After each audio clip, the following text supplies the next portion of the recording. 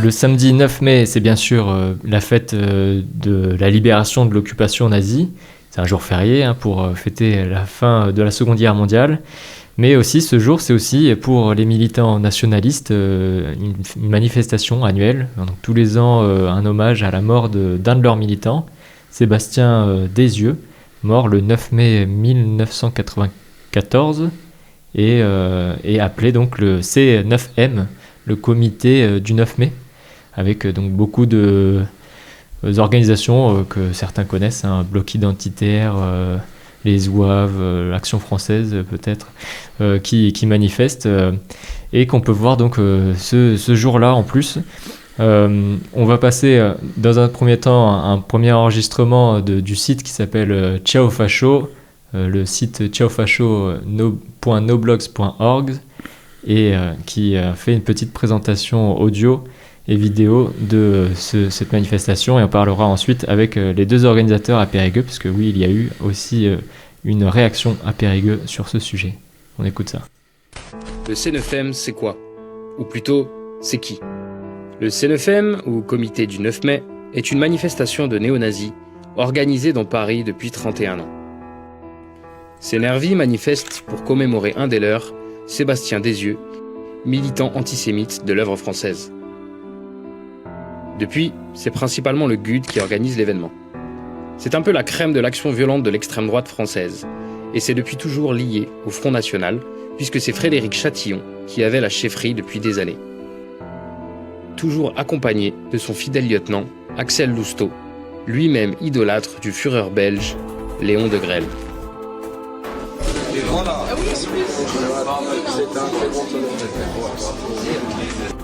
Désormais, c'est le fils de Lousteau, Gabriel, qui a pris les commandes du C9M. Il a déjà été condamné pour injure publique, menace de mort et agression homophobe. Tel père, tel fils fasciste. Mais c'est sans oublier Marine Le Pen qui, alors qu'elle était avocate, a défendu des membres du GUD pour leurs actions violentes. Bref, désormais, le C9M rameute tous les racelards et les adorateurs du Troisième Reich, de France et de Navarre. Pour ne citer que quelques noms, nous avons par exemple Maxime Brunery, auteur de la tentative d'assassinat de Jacques Chirac en 2002 et ex-compagnon de Lydia Da Fonseca, elle-même impliquée dans le meurtre de Clément Méric. On remarquera d'ailleurs la croix celtique sur un drapeau rouge au cercle central blanc, ne faisant absolument aucune allusion au drapeau nazi. Tanguy Eudes, chanteur de rock identitaire et fidèle au C9M, à défaut d'être un bon musicien, il adore porter des t-shirts au symbole nazi, comme ici avec une Totenkopf, ou encore ici avec un blason nazi de la 33e division Charlemagne et les initiales SS. Il fait également des concerts où ça tape des e-giles au calme. Les frères Ghana.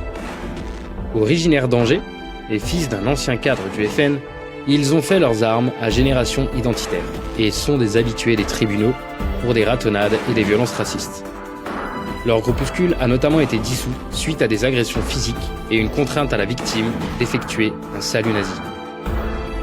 Thomas Skatulski, de son pseudo Gamin. Cet ancien hooligan a carrément tatoué sur son corps l'inscription White Power, le sigle SS ou encore le drapeau nazi sur son biceps droit. Sans doute pour ne jamais oublier que c'est un vrai fils de nazi. Claire Bizien, alias Epona.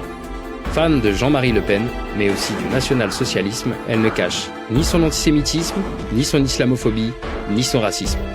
Notamment lorsqu'elle chantait des horreurs comme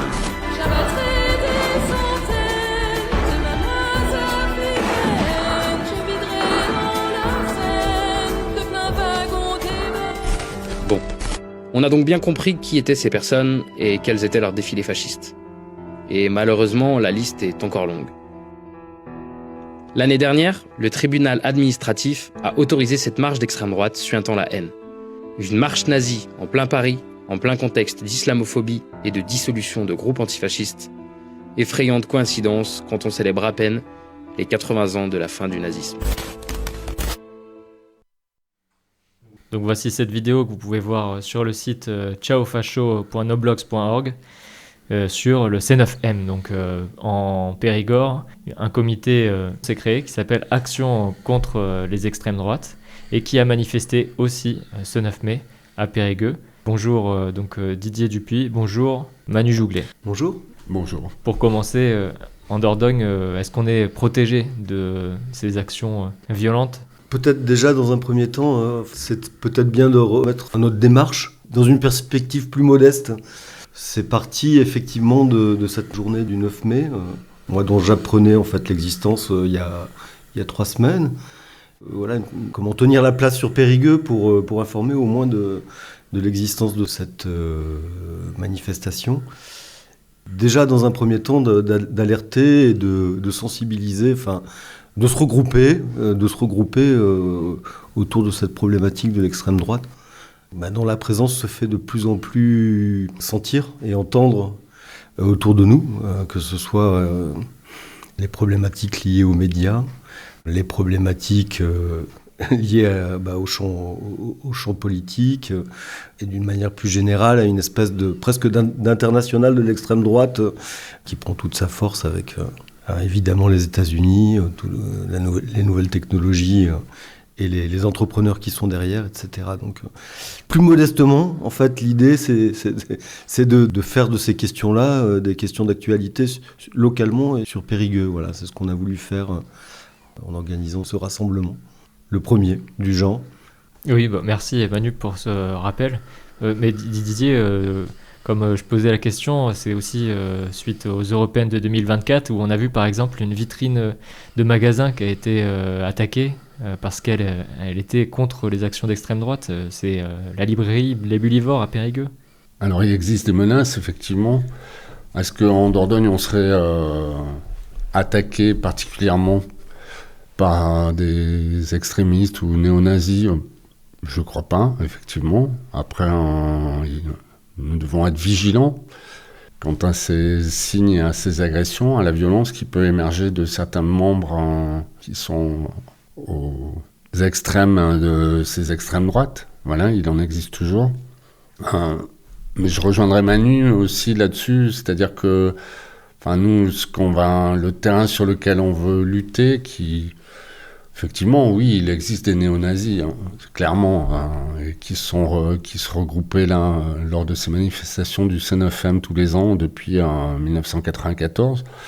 En Dordogne, ils n'ont pas cette visibilité-là, donc on va tomber sur des gens qui vont plutôt être des gens ordinaires. Vous parliez peut-être de chasseurs ou d'agriculteurs, voilà, il y a la coordination rurale et des représentants qui peuvent être virulents, effectivement, mais qui pour moi sont loin de thèses nazies.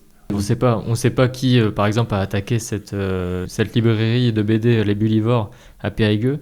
On ne sait pas non plus qui a tagué aussi au cimetière de Tourtoirac des tags les musulmans.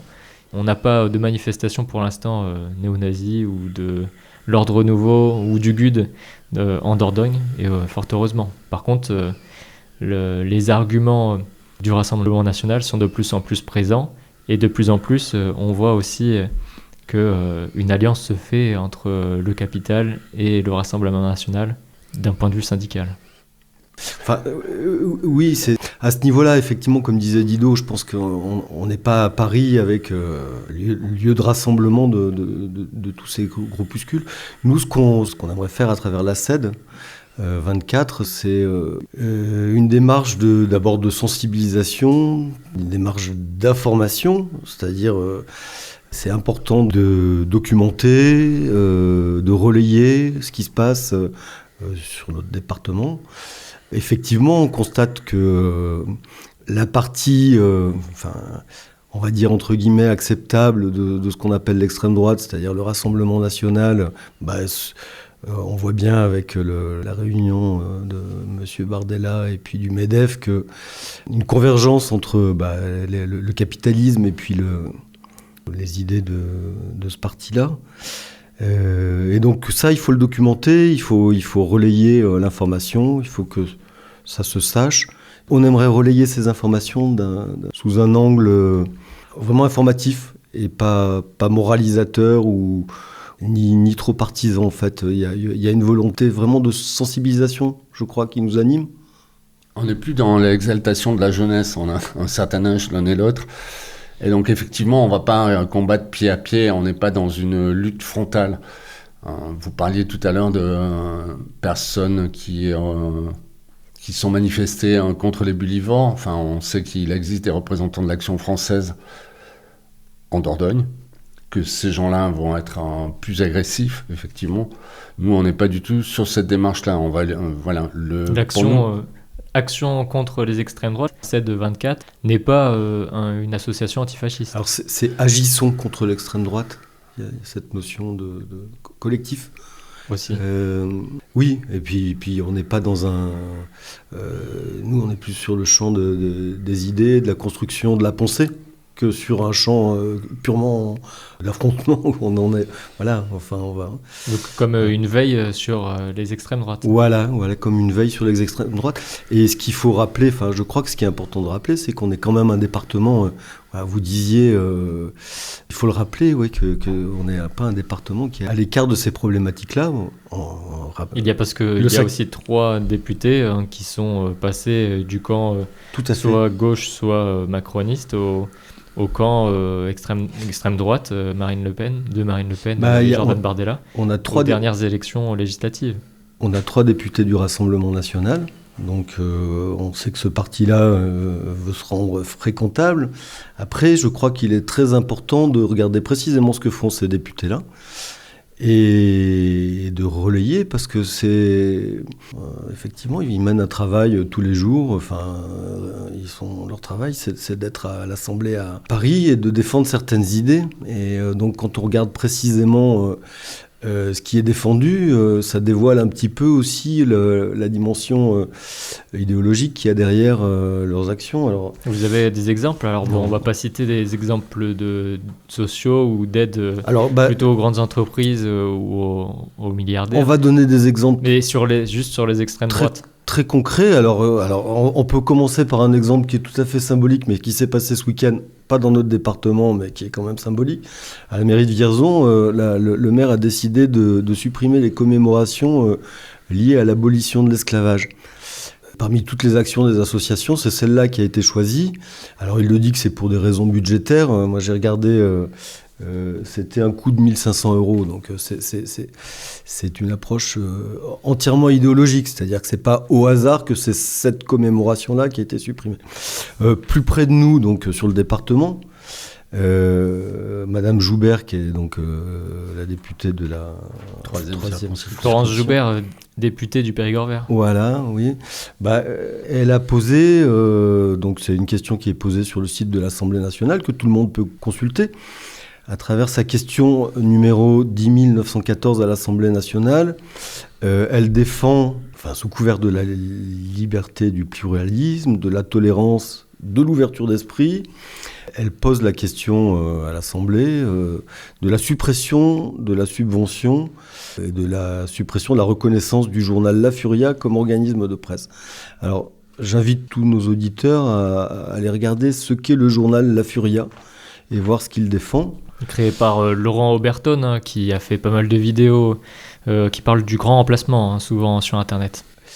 Voilà, et tous les collaborateurs, c'est des acteurs de la mouvance, pour le coup, là, d'extrême droite. Voilà, alors sous prétexte de faire de la satire, voilà, le numéro 18, la couverture, c'est, on voit Jean-Luc Mélenchon et avec la question « Et si c'était juste un sac à merde ?» Voilà, et à côté, la revue qui pose les bonnes questions, et puis on voit aussi un portrait d'Hitler, avec marqué « Débat, faut-il le ressusciter ?» Et puis à l'intérieur, quand on feuillette ce journal, c'est une insulte permanente à toutes les minorités, évidemment islamophobie, mais grossophobie, voilà. Il y a racisme, transphobe, ouais, tout. C'est que après pénalement, après ça peut être de l'injure ou de l'appel à la violence, et c'est pour ça que un des aussi créateurs de La Furia, Papacito, qui est aussi connu sur Internet, a été mis en condamnation pour avoir jeté des couteaux sur un militant France Insoumise, fictif. J'ai pas suivi cette information-là, mais c'est de l'appel à la haine et de l'appel à la violence. Pour le coup, c'est des gens qui sont très extrêmes. Et donc, ce que je trouve toujours très étonnant, c'est que sous couvert de défendre la liberté de la presse, Madame Joubert choisit la défense d'un journal particulier. Quand on regarde ce journal, c'est un journal, c'est pas n'importe lequel. Voilà. Et donc c'est ça qu'il faut documenter, et simplement, sans... Ce qui me dérange plus, moi, c'est que ces gens-là, en fait, qui ne sont pas représentatifs des extrêmes droites dont on parle, c'est-à-dire le parti de Zemmour. Quand on parle des extrêmes droites aussi, ça va de Retailleau, donc d'une partie des Républicains aujourd'hui, en passant par le parti d'Éric Ciotti, jusqu'au parti de Zemmour, quoi, y compris le Rassemblement national.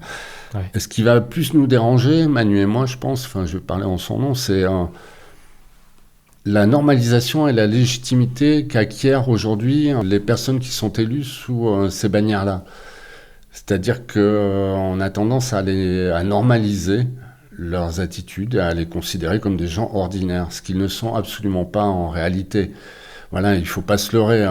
Je lisais là un article, le 10 mai, il y a une commémoration au Palace à Périgueux sur des personnes qui ont été déportées. Il y avait la présence de Nadine Lechon, qui est la députée de la première circonscription et du Rassemblement national, et qui est une personne qui est très présente, semble-t-il, sur les événements publics, et qui se montre, et qui est quelqu'un de tout à fait ordinaire, mais il y a une façade et il y a l'arrière-boutique.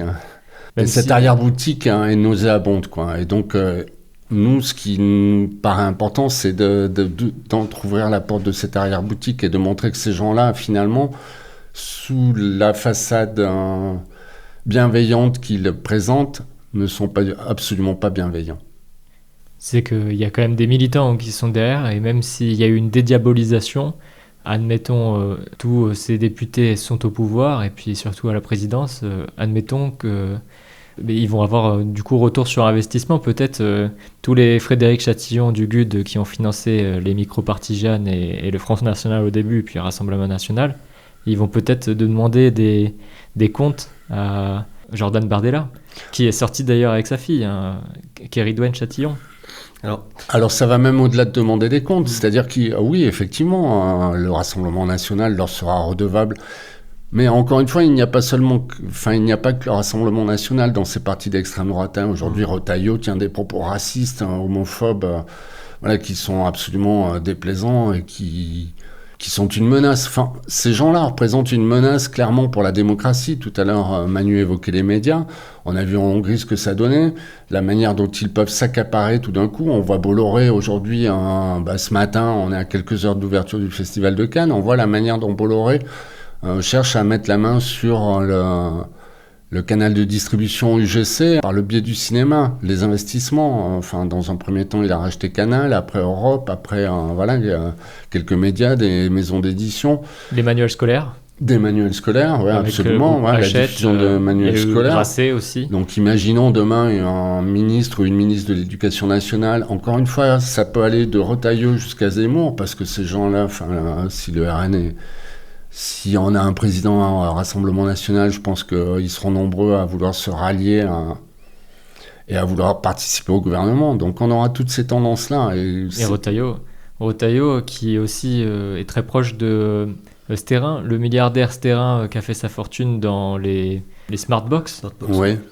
Donc ces cadeaux qu'on donne, qui généralement ne sont pas utilisés, qui font la fortune de ce milliardaire, qui a établi un plan qui s'appelle Périclès. Donc avec plusieurs acronymes, je ne sais pas si vous les connaissez. Non, on n'est pas très informés sur ces sujets-là, mais on l'a dit tout à l'heure, nous ne sommes pas des experts des extrêmes droites en réalité.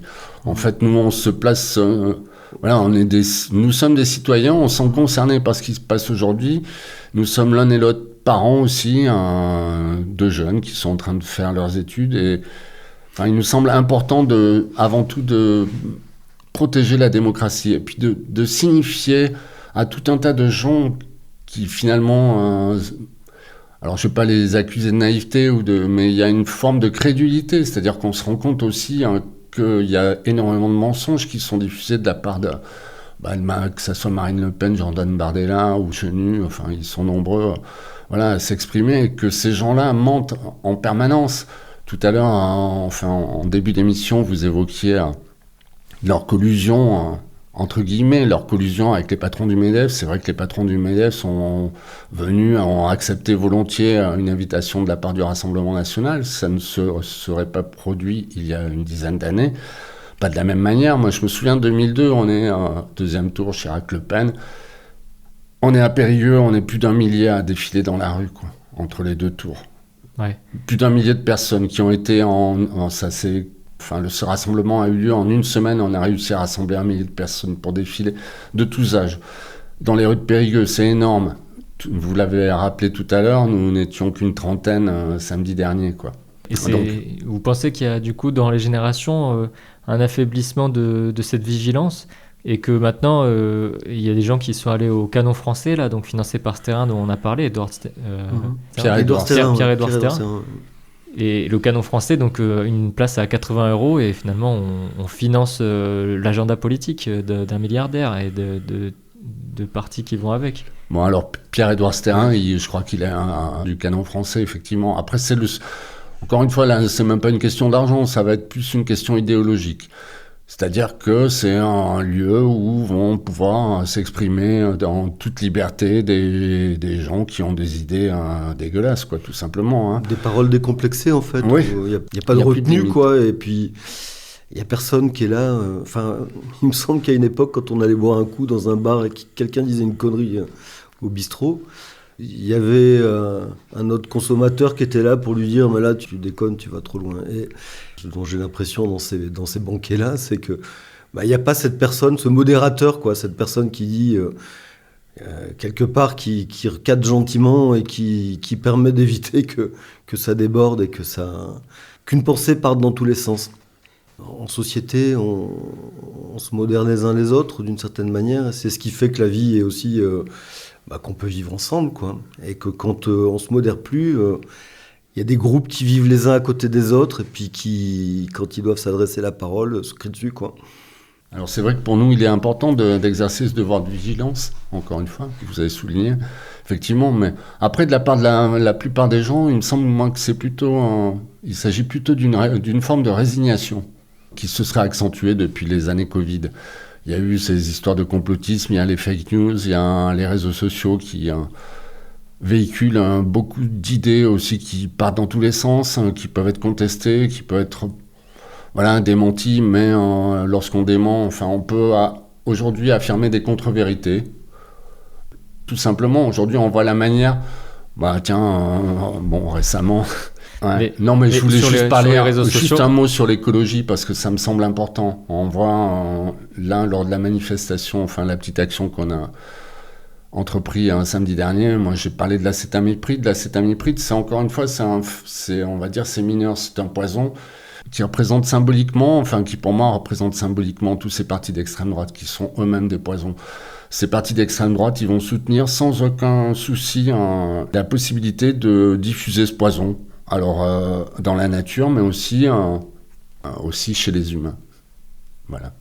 Bon, alors là, du coup, ça fait un raccourci en disant que tous les agriculteurs qui veulent utiliser des pesticides parce qu'ils n'ont pas les moyens, parce que le prix de la nourriture est trop faible et qu'ils se font écraser par les marges des distributeurs, qu'ils sont d'extrême droite.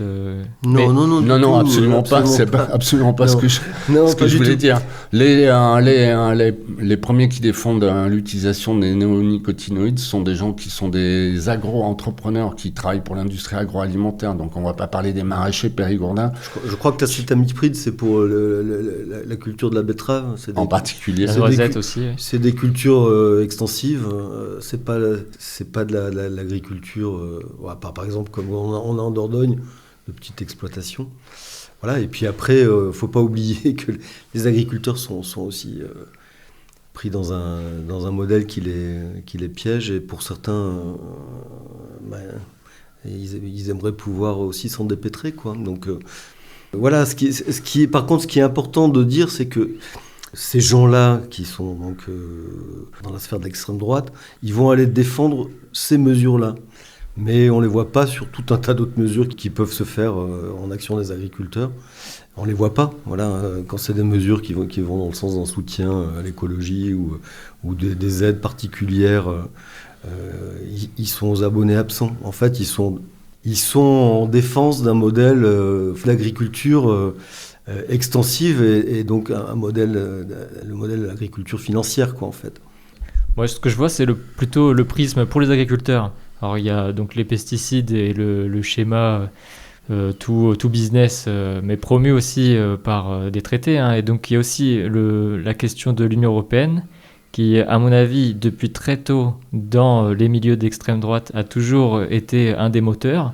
Avec, là, on a parlé aussi un petit peu de complotisme, et il y a aussi les SMS avec les sociétés de vaccins comme Pfizer et la Commission européenne. Ces sujets, donc à la fois Commission européenne, agriculture, la PAC, tous ces sujets, tout ce qui touche à l'Union européenne, ça stimule beaucoup dans l'extrême droite. Et malheureusement, à gauche, c'est un point de clivage entre le PS et la France insoumise, qui a son plan A, négociation, et plan B, on désobéit. Et il n'y a pas...